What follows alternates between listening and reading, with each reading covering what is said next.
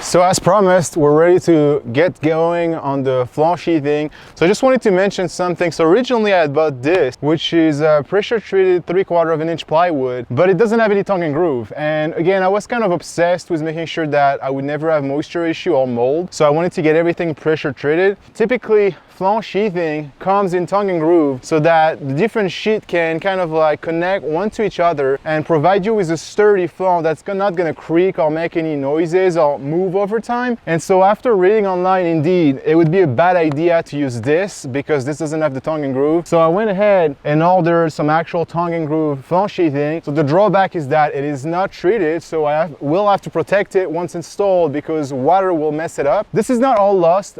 Most of it is going to be used to be installed below the cabin, you know, to protect the insulation cavity because I don't want pests or, you know, mice, rodent, anything getting into that cavity. So I'm going to use that there. And I think whatever I left, I might be using it on the roof when I get to that. So again, there's no fancy crew. It's just going to be me. I have this little tool here, which has been really helpful. It is a panel carrier, which I was able to borrow. And this is what I'm going to be using to move those sheets of OSB.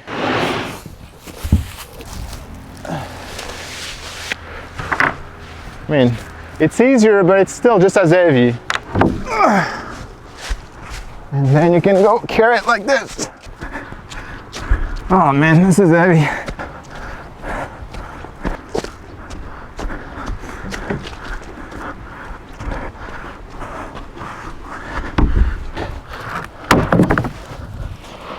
I'm showing you back this drawing that I had done of the flanc. So a sheet is 4x8, and so you'll see that I will start at the corner over there and I'll place one sheet along, you know, in the long direction. So I'll be able to place an 8 feet, then another 8 feet sheet, and then I'll have to cut it in half to have 4 feet. 8 plus 8 plus 4 is equal to 20, which is exactly the width of my building. And then in the other direction, so then once you get done with the 4 feet, you just cut it in half, and then whatever you haven't used, you just use it on the next row because you want the panels to be staggered. And I've seen that, you know, I've seen this mistake done a lot of times, is that people just, you know, put their sheets back to back, but they need to be staggered. So then we'll just do the same thing. So 4, 8, 8. After that, that's where it's going to become challenging, because as you remember, my joists are staggered, meaning that if I put another 8-foot piece, it would land at 8 feet, but my joist has been moved 1.5 inch, you know, on one side. So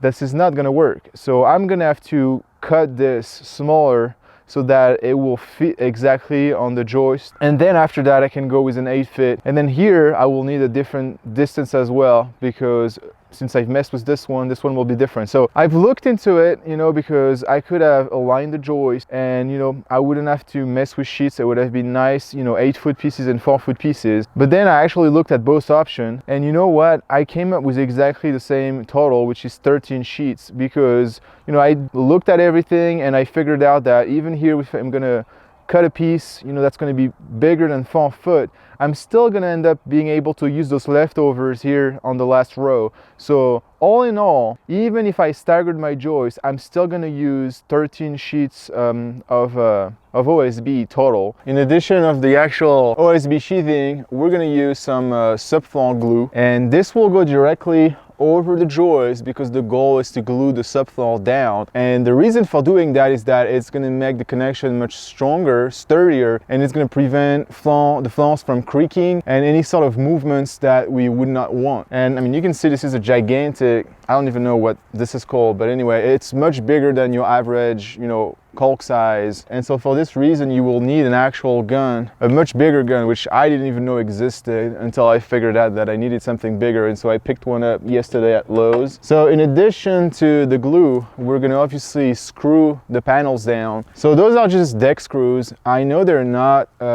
approved necessarily for fastening flanc sheathing, but like I didn't find any other screws that were approved. I think Simpson makes some, but they're not sold in store. So my other option was just to go with nails, but I don't really like that idea because I know that nail will be able to just pop up much more easily. I'm gonna take my chances with those screws, and I'm sure it's gonna be fine because it's gonna be glued as well. Let's give it a try. It sounds pretty easy in my head, you know, just lay the sheets, glue them, screw them. It sounds pretty straightforward, but I'm sure we're gonna have some surprises as usual. So let's see how it goes.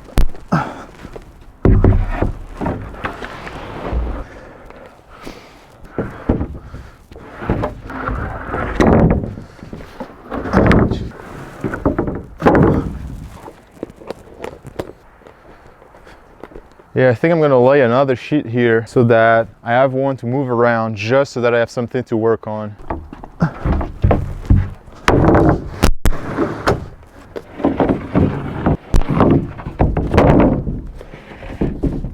I'm just gonna add a bunch, start, you know, filling up the space so I can walk around and not fall.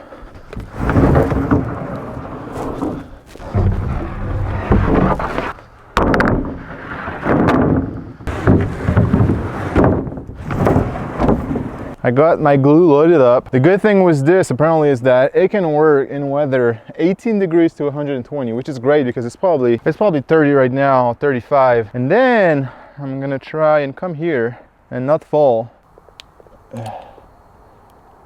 What I can tell you is by the end of the day, I'm not gonna have any forearms because squeezing this thing out for as long as I'm gonna have to is gonna be interesting.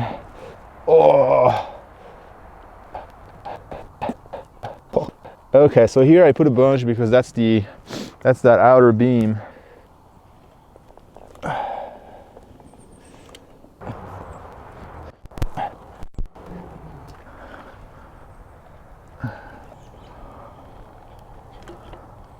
Oh, yeah, this is insane. My poor forearms, I can't even feel them already. And I don't know, I guess I'll come here.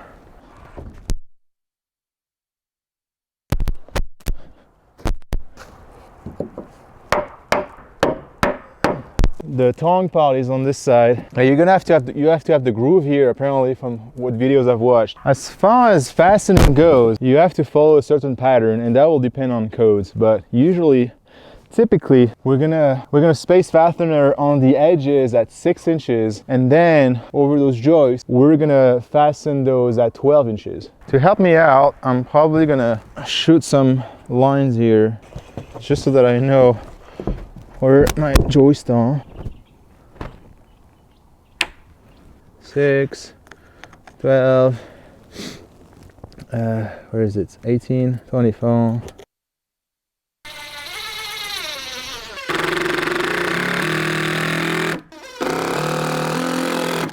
This is gonna take forever.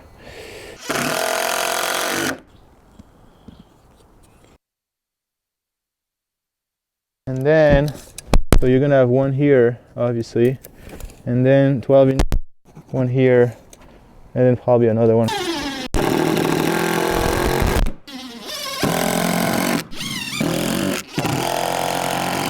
So this qualifies an edge, obviously. So we're gonna have to go and do the 6 inches spacing. So, you know, just mark it up.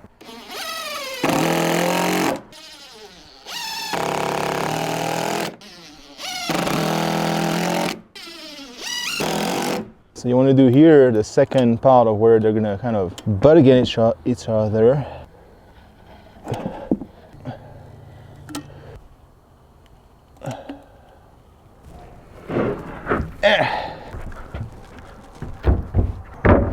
Yeah, I guess let's try and lay it down. Alright, so that's when you want to have your spacer. So I'm just gonna stab them in slightly so that they will hold in place. And so we're just gonna place those.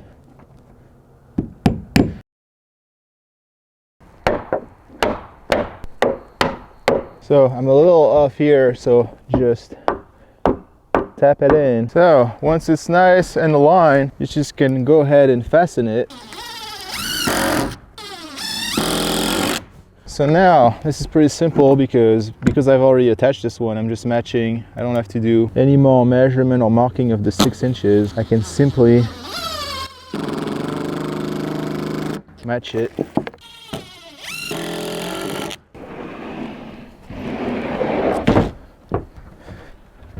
Oh, jeez. Okay, we got it. I'm just placing my nails.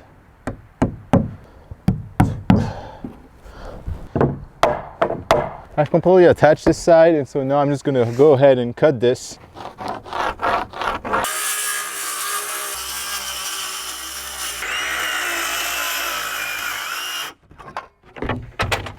Yeah, not too bad. I just went ahead and installed my glue, just as I've done before. So that's not absolutely necessary, but I've read some people adding glue inside the groove, and you know, it would help with making the connection even sturdier, and it would also make an air seal, you know, from the bottom of the structure into the living space. So I'm gonna go ahead and do this.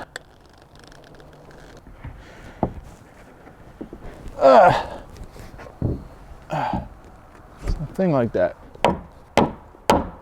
It's not going in at all. Let's go get my mass instead.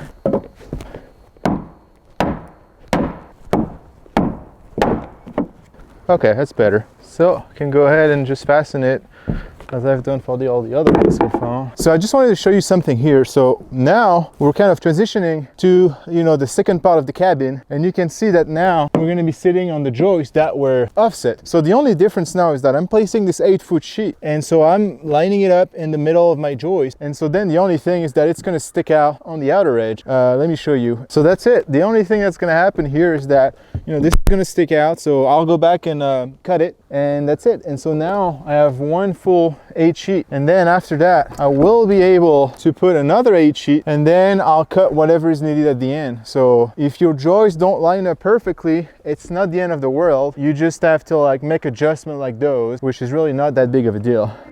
So let me take advantage of the time lapse to update the mandate counter. We're up from 13.5 days to 19.5 days at this point.